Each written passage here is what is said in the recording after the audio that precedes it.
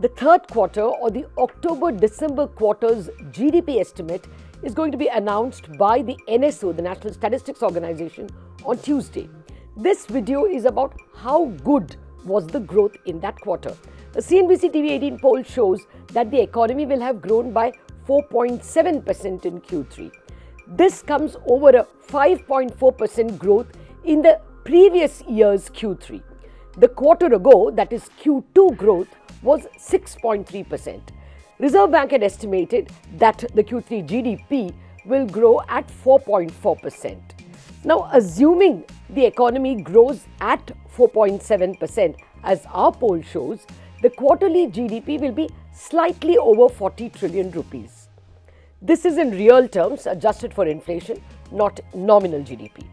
At 40 trillion rupees, the economy will be 11% bigger than in the third quarter of FY20, that is pre-COVID, giving a 3.5% compounded annual growth over the last 3 years. Not that great.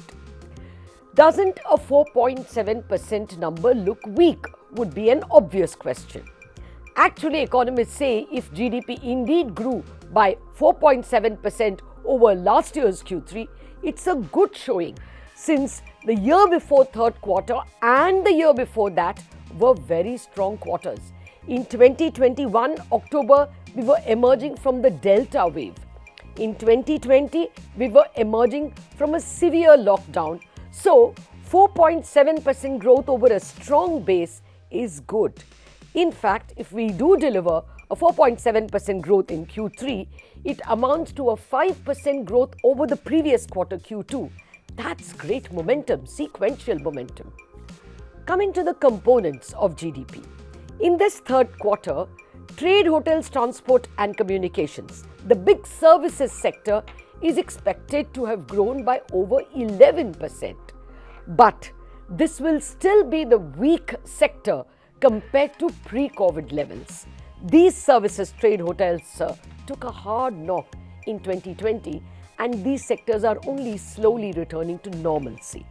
Among other components, construction and utilities like electricity will also do well in Q3, growing over 7%, says our poll. Manufacturing will be the weak sector, contracting by about 2% due to raw material inflation and slowing consumption.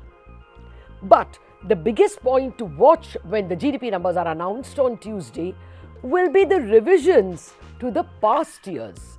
The NSO is set to revise FY20, FY21 and FY22 numbers. What is called the first revision of FY22, second revision of FY21 and third and final revision of the FY20 GDP numbers. This is done because a lot of data comes in late. So, for us, if the base changes, it may take a while to figure out whether and by how much we have grown in the latest Q3.